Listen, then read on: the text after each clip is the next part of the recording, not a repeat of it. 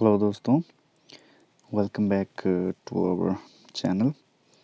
सो बीते दिनों में थोड़ा सा हम लोग बिज़ी थे, तो इस वजह से हम लोग रेगुलरली वीडियो नहीं डाल पाए। होपफुली आप लोगों की प्रिपरेशन अच्छे से चल रही होगी और आप लोग अच्छे से सीख रहे होंगे। तो आज का ये दिन है, एक नई वीडियो को लेकर के आया हूँ और उम्मीद है आप लोगों को वीडियो पसंद आएगा। और अगर आप नए हैं हमारे चैनल पर तो प्लीज़ इस चैनल को सब्सक्राइब करना, और आपको वीडियो अच्छी लगे लाइक करना, बहुत ज़्यादा अच्छी लगे तो शेयर ज़रूर करना, है ना। ठीक है दोस्तों, तो आइए शुरू करते हैं आज की वीडियो। ठीक है, तो आप देख पा रहे होंगे जैसे ही यहाँ पे टाइटल दे दिया है मैंने कि पेट्रोल प्राइस हाइक, है ना, कि पेट्रोल प्राइस बहुत ज़्यादा बढ़ गए हैं। किसी किसी शहर में 100 तक क्रॉस हो गया है और मतलब बहुत हालत ख़राब हो रखी है ना। तो मैं धीरे धीरे सारी बातों को समझाऊंगा कैसे क्या हो रहा है, तो आप लोग बने रहिएगा वीडियो के लास्ट तक, ताकि आप लोगों को कोई भी चीज़ मिस ना हो, सारी बातें आपको अच्छे से समझ आ जाएं। और ये जो वीडियो है ये सिर्फ उन लोगों के लिए नहीं है जो सिर्फ प्रिपरेशन कर रहे हैं, इस सब के लिए है ना, कि आम व्यक्ति भी कैसे समझ सकता है क्या दिक्कत चल रही है हमारे देश में और किस रीति का टाइम चल रहा है, क्या हमें करने की ज़रूरत है उस बारे में, है ना। ठीक है, तो आप देख पा रहे हैं जैसे यहाँ पे बच्चे का एक्सप्रेशन है कि परेशान है ना। यहाँ पे सिर्फ बच्चे परेशान नहीं हैं, सब परेशान हो रखे हैं ना। पेट्रोल से बहुत फ़र्क पड़ेगा ना, अभी मैं आगे समझाऊंगा सारी बातों को। ठीक है, तो आज जानते हैं क्यों ऐसा हो रहा है, क्या दिक्कत है, क्यों इतना प्राइस बढ़ रहा है और इससे आम आदमी को क्या परेशानी है या बड़े लोगों को क्या परेशानी है, वो सारी बातें हम समझेंगे। ठीक है, ठीक है, तो पहला जो मैंने स्लाइड यहाँ पे रखी है वो ये है कि गवर्नमेंट क्या कहती है इस बारे में। तो गवर्नमेंट बताती है कि ये जो डिकंट्रोल्ड फ्यूल प्राइस है, डिकंट्रोल्ड मतलब हम इसको कंट्रोल नहीं कर पा रहे हैं ना, हमारे कंट्रोल से बाहर है, हमारे नियंत्रण से बाहर है, हम इसको डिसाइड नहीं कर पा रहे। तो वो गवर्नमेंट क्या कहती है, इसका रीज़न क्या है कि ये मार्केट पे डिपेंड करता है ना। जो ऑयल कंपनीज़ हैं वो कैसे इनको डिसाइड करती है ना, जो ऑयल प्रोड्यूसर कंपनी है ना, मैं उन पे बात कर रहा हूँ ना, कि वो उनका प्राइस कैसे डिसाइड करते हैं या क्या वो प्राइस रखते हैं, उस बेस पे ये जो हमारे देशों में, बाकी देशों में जो इंपोर्ट कर रहे हैं, जो अपने देश में तेल खरीद के ला रही हैं, उन पर फ़र्क पड़ेगा ना। बात भी सही है। ठीक है, आप कोई भी चीज़ खरीदते हो, मान लो एक बिस्किट बनता है ना, वो मान लो उसकी जो प्रोडक्शन कॉस्ट है वो मान लो 4 रुपये 5 रुपये है ना। तो फिर बीच में आपका ट्रांसपोर्टेशन हो गया, थोड़ा एडवर्टाइजमेंट हो गया, थोड़ा कुछ और है, प्रोमोटर कंपनीज वगैरह वो खा जाएंगे ना। वैसे करते करते वो 10 रुपये पहुंच रहा है ना। अगर पहले वो वही बिस्किट 5 रुपये का था, अब वो मान लो 6 रुपये या 7 रुपये का हो गया, तो जो बाकी की कॉस्ट है वो वैसे ही है मान लो, है ना। फिर भी वो महंगा तो हो गया, वो 10 रुपये में तो दोबारा नहीं बिक सकता ना, है ना। वही बिस्किट हमें 12 रुपये या 13 रुपये या 15 रुपये तक पहुंच सकता है ना, सिर्फ प्रोडक्शन में थोड़ा सा फ्लक्चुएशन होने पे। वैसे ही अगर सस्ता होता है तो शायद वो सस्ता भी पड़ जाए, है ना। तो ठीक है, ये बात हम मान गए, है ना।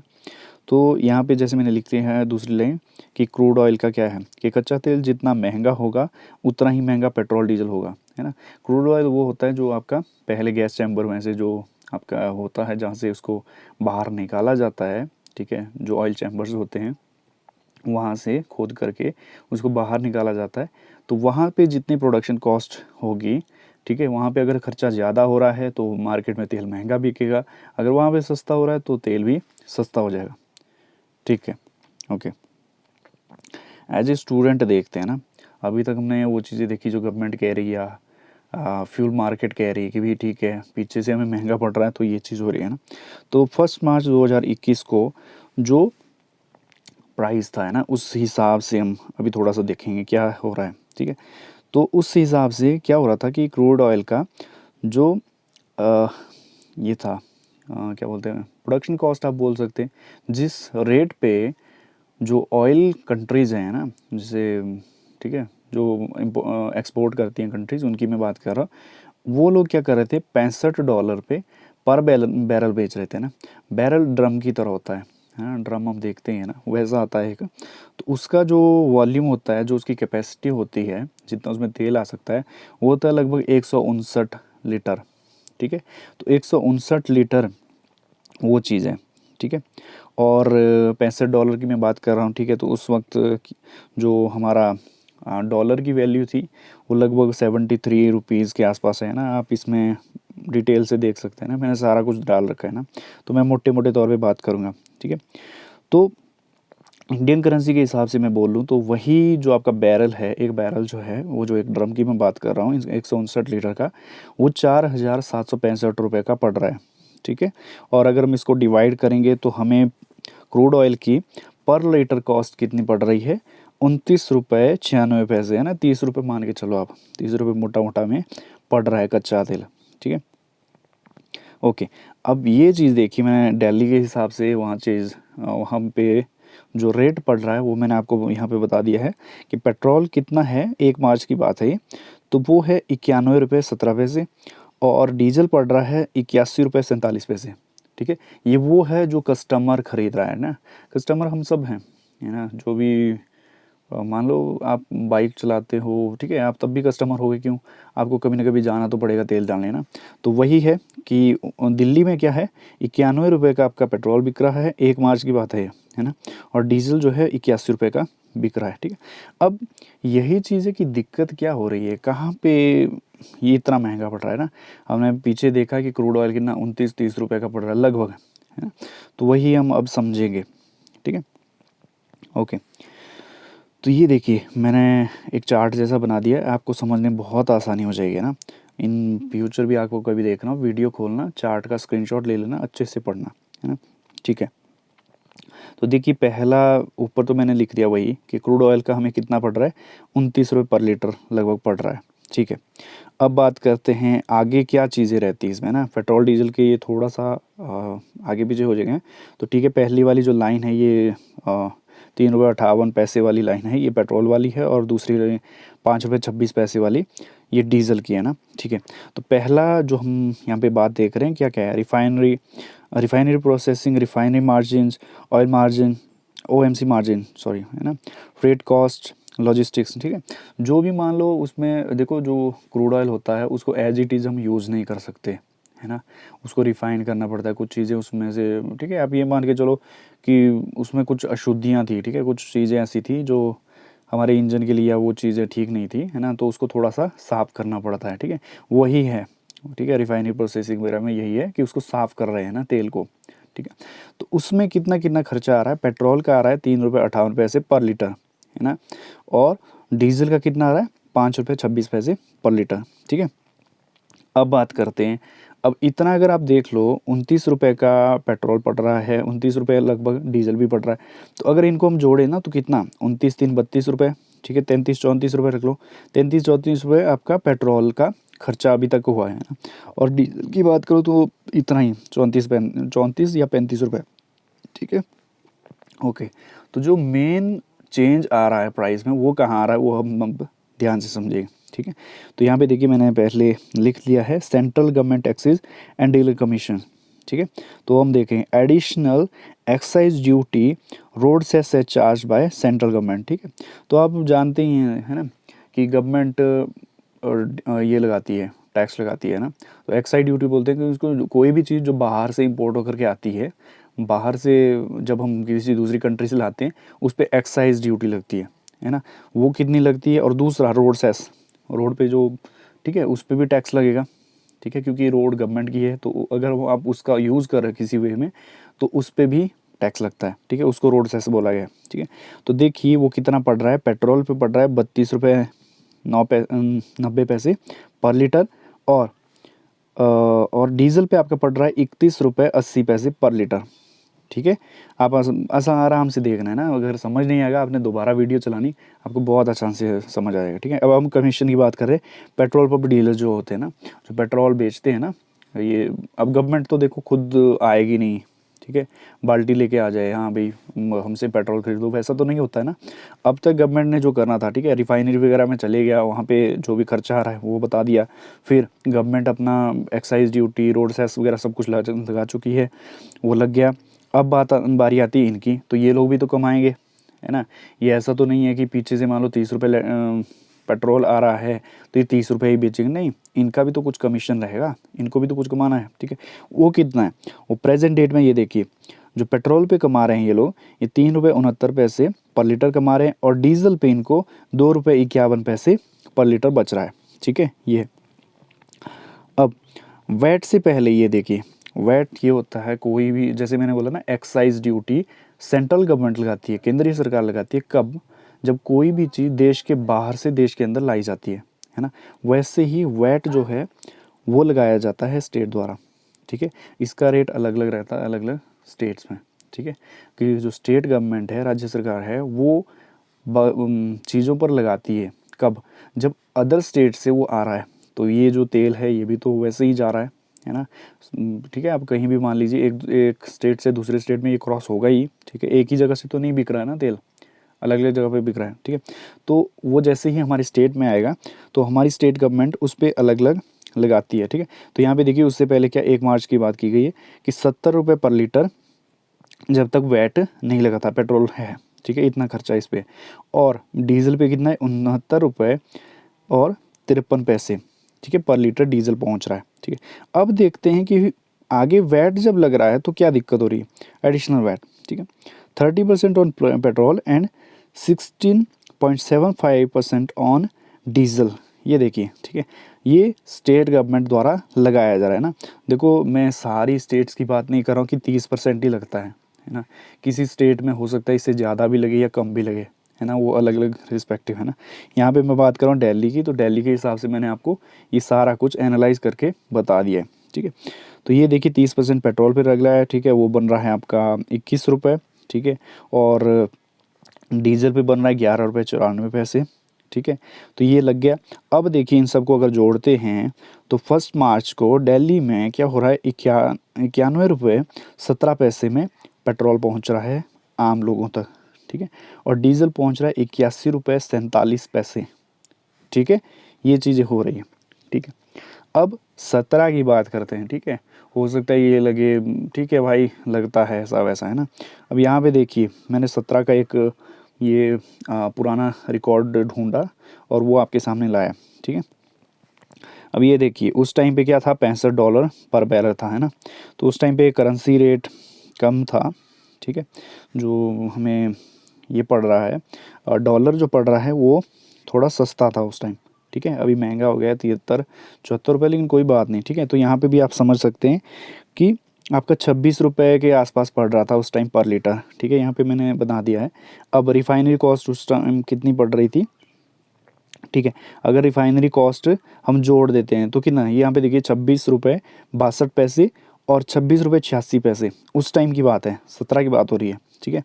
अब इसमें आपने और जोड़ दिया जो था पेट्रोल, जो ये हैं कंपनी डीलर्स हैं ना, उनका जब कमीशन वगैरह जोड़ दिया तो शायद 2.5 रुपये या 2 रुपये के आसपास पड़ रहा है, 2 रुपये भी नहीं पड़ रहा है वैसे, ठीक है, कोई बात नहीं, जितना भी है ना। तो उसके साथ कितना 29 रुपये और 60 पैसे में पहुंच रहा है ना। मैंने देखो 2021 की बात की, वहाँ पे करीबन 35 रुपये पड़ रहा था, यहाँ पे कितना हो रहा 29 रुपये 60 पैसे, ठीक है। अब एक्साइज ड्यूटी की बात करें तो वो लगभग कितनी पड़ रही है, 21 रुपये के आसपास, ठीक है। एक्साइज ड्यूटी के साथ कितना 51 रुपये का पर लीटर पड़ रहा था, ठीक है। अगर हम पिछली स्लाइड की बात करें तो वहाँ पे कितना लगा रही है एक्साइज ड्यूटी, यहाँ पे देखिए 32 रुपये लग रही है, ठीक है। यहाँ पे कितनी 21 रुपये लग रही है। अब आगे आपका क्या हो गया, ठीक है, डीलर्स का मार्जिन आ गया, वो और आ गया। अब ये देखिए अब स्टेट गवर्नमेंट कितना लगा रही थी उस टाइम पे 27%, ठीक है। वो लगभग कितना 14 रुपये 15 रुपये बढ़ रहा है ना।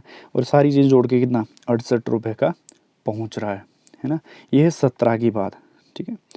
अब इसके साथ डीजल का भी आप देख सकते हैं वैसे ही है कि 64.84 ये पर बैरल पड़ रहा था उस वक्त, और 26 रुपये 40 पैसे का पर लीटर क्रूड ऑयल पड़ रहा था, कच्चा तेल पड़ रहा था, ठीक है, रिफाइनरी वगैरह सारी चीज़ जोड़ के, और 56 रुपये उस वक्त डीजल था, ठीक है।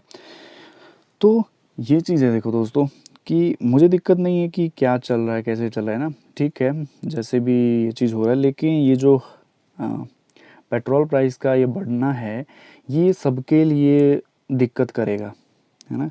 ठीक है, तो यहाँ पे एक और स्लाइड है, ये शायद मुझे लग रहा है 2013-14 की है जो मुझे लग रहा है। ठीक है, कोई बात नहीं। ठीक है, तो यहाँ पे भी कुछ बातें देखते हैं, सॉरी 15 की बात है ना, यहाँ पे ऊपर देख के लिखा है। ठीक है, क्रूड ऑयल उस टाइम पे कितना पे 23 रुपये पे। ठीक है, यहाँ पे 2015 में 23 रुपये का पड़ रहा था पर लीटर।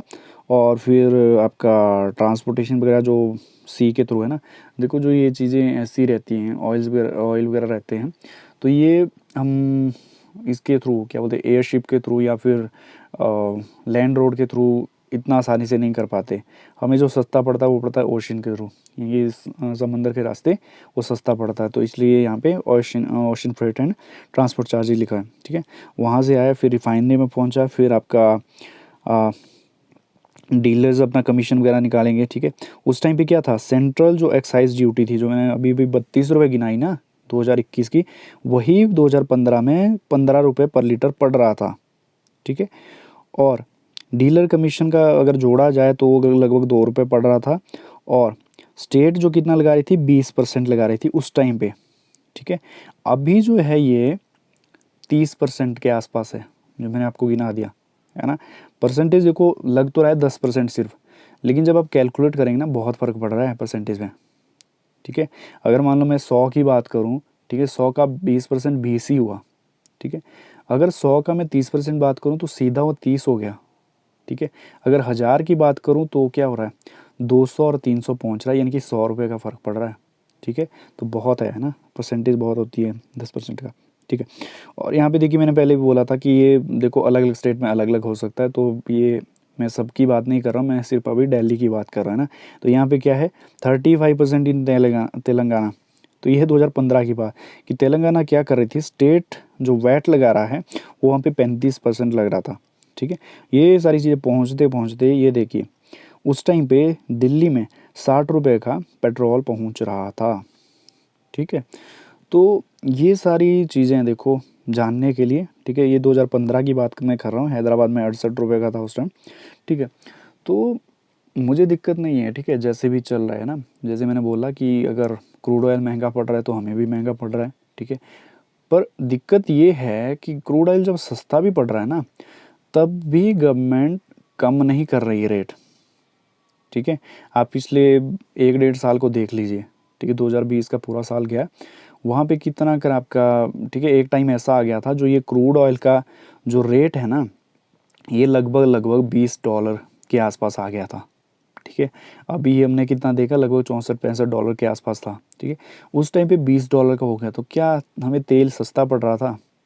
नहीं, फिर भी इतना ही था आपका 82-84 कुछ ऐसे था, है ना। क्योंकि मैंने खुद उस टाइम पे लास्ट ईयर की ही बात है, तो मैंने भी पूरे साल भर बाइक चलाया। ठीक है, तो मैंने ये चीज़ देखा कि बहुत ज़्यादा फ्लक्चुएट नहीं हुआ, है ना। तो कारण क्या रहा कि जब ऑयल कंपनी से, ठीक है, ऑयल कंपनी से यानी कि जो ऑयल प्रोड्यूसिंग कंपनी है, जब उन्होंने सस्ता भी किया तेल, तब भी जो है हमें सस्ता नहीं पड़ा। क्यों? क्योंकि उस टाइम पे जो एक्साइज़ ड्यूटी थी या फिर जो वैट था वो बढ़ा दिया गया था। ठीक है, तो कस्टमर को उतने में ही पड़ रहा है। अभी बोल रहे हैं कि भी ठीक है क्रूड ऑयल महंगा हो गया इसलिए आपको महंगा पड़ेगा। ठीक है, चलो दिल मान गया।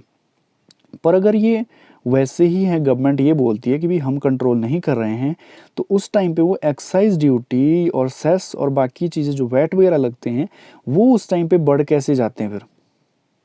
ठीक है, ये सोचने वाली बात है कि जब एक टाइम था $20 का वहाँ पे आ रहा था बैरल, उस टाइम पे भी हमें सस्ता क्यों नहीं पड़ा? ठीक है, गवर्नमेंट अभी बोल रही है कि भी 2020 जो रहा वो हमारे लिए अच्छा नहीं रहा है ना, हमारी इकॉनमी को बहुत फ़र्क पड़ा। ठीक है, बहुत दिक्कतें हुई, बहुत परेशानियाँ हुई। ठीक है, मैं मानता हूँ हुई होंगी। ठीक है, और कई लोगों का काम भी बंद हो गया, जॉब छूट गई, बहुत कुछ हुआ, मतलब हमारी इकॉनमी नीचे को चली गई। लेकिन अगर आप 2019 की भी बात करो ना, तो वहाँ पे भी ऐसा कुछ देखने को नहीं मिलता कि भी वहाँ पे भी हमारी इकॉनमी कोई बहुत ज़्यादा ग्रो हो रही थी। ठीक है, हमारी इकॉनमी कोई बहुत ज़्यादा फ्लक्चुएट नहीं हो रही थी कि बहुत ज़्यादा हम पॉजिटिव चले गए थे, 2020 में हम बहुत ही नेगेटिव चले गए, अब दोबारा पॉजिटिव आ रहे हैं, ऐसा कुछ नहीं है ना। और दूसरी बात, आदमी जो है ना, अभी हम लोग सिर्फ देख रहे हैं कि भी हाँ ठीक है पहुँच रहा है, कहीं 90 रुपये पहुँच गया तेल, कहीं 100 रुपये पहुँच गया। ठीक है, क्या फ़र्क पड़ रहा है कि हमने तो गाड़ियाँ नहीं रखी है। मेरे भाइयों बहनों, कि आप जब चीज़ें खरीदते हो ना, वो कैसे आती हैं आप तक, वो आपकी लोकल मार्केट प्रोड्यूस थोड़ी ना करती है ना। मैं यहाँ पे दिल्ली की बात कर रहा था, तो दिल्ली में जितनी भी चीज़ें मार्केट में बिकती, क्या वो दिल्ली में ही बनती सारी? ठीक है, अगर दिल्ली में ही बनती है तो एक ही जगह थोड़ी ना बनेगी कि आपके मोहल्ले में ही बन रही है, आपके मोहल्ले में ही बिक रही है। दूसरी जगह बन रही है, फिर वहाँ से क्या हो रही है, मैन्युफैक्चर होने के बाद वो ट्रांसपोर्ट हो रही हैं आपके एरिया तक। ठीक है, आपके एरिया तक जब ट्रांसपोर्ट हो रही है तो उस पर क्या हो रहा है, ट्रांसपोर्टेशन का खर्चा भी तो आ रहा है।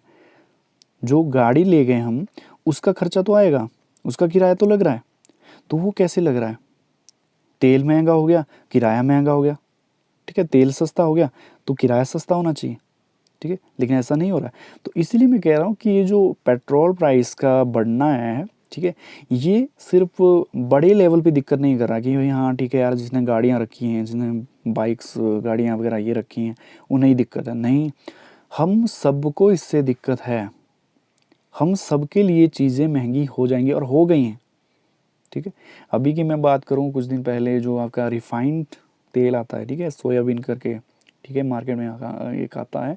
ठीक है, कुछ टाइम पहले शायद नवंबर दिसंबर की बात है, वही एक 1 लीटर का पाउच आता था, वो लगभग 95 रुपये के आसपास पड़ता था मार्केट में।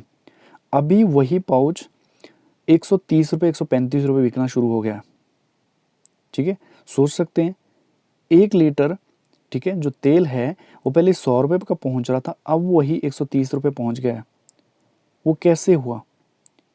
वो ऐसा नहीं हुआ कि एकदम से ही बढ़ा हो। ठीक है भाई, पीछे प्रोडक्शन कॉस्ट बढ़ गई, हाँ भाई ठीक है यार, जो हमें उसके लिए चीज़ें चाहिए थी, कच्चा माल चाहिए था, वो महंगा हो गया। नहीं, ये मेरे भाइयों वही हुआ जहाँ पे प्रोडक्शन कॉस्ट के बाद जो ट्रांसपोर्टेशन कॉस्ट वगैरह बाकी सारी चीज़ें बढ़ रही हैं, वो दिक्कत कर रही हैं। उस वजह से क्या हो गया, ये चीज़ें महंगी हो गई। ठीक है, अब अगर ये सारी चीज़ें आप देखो ना, तो लगभग लगभग हम 65% के आसपास सिर्फ और सिर्फ टैक्स दे रहे हैं तो तेल पे।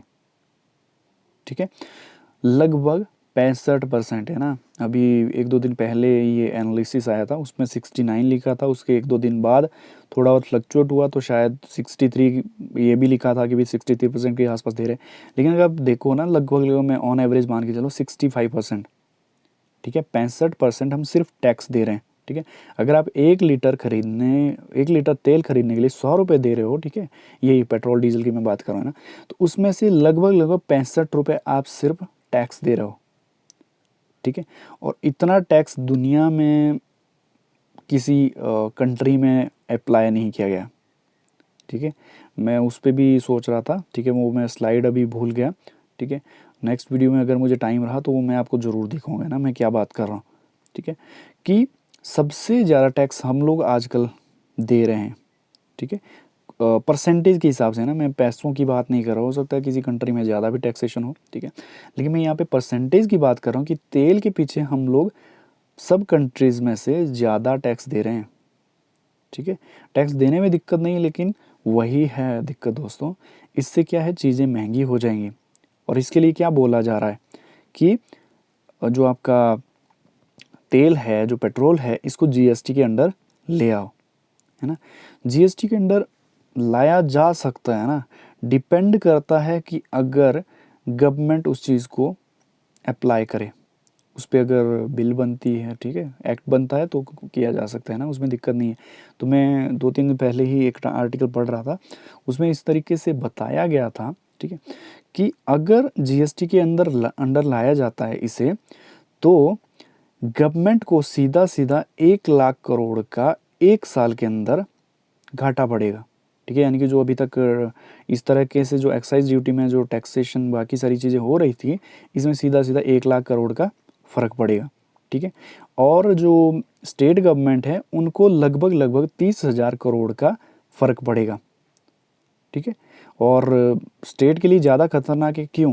क्योंकि जो सेंट्रल गवर्नमेंट टैक्सेशन कलेक्ट करती है उसमें से 42% स्टेट का होता है। ठीक है, तो ये मान के चलो करीबन करीबन स्टेट्स को 40-30-70, ठीक है, लगभग लगभग 72,000 करोड़ का फर्क पड़ जाएगा। ठीक है, तो वैसे है दिक्कत, लेकिन कहीं ना कहीं आम पब्लिक को आसानी तो रहेगी। है ना।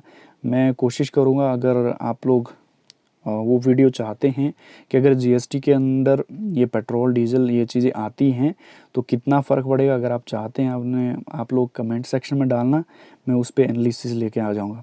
ठीक है, उम्मीद है आप लोगों को पसंद आया होगा, समझ आया होगा कि कैसे जो ये ऑयल प्राइसेस हैं ये बढ़ते हैं घटते हैं, क्या दिक्कत हो रही है, क्यों महंगा हो रहा है आजकल, ये सारी चीज़ें उम्मीद है समझने में आपको आसानी हुई होगी।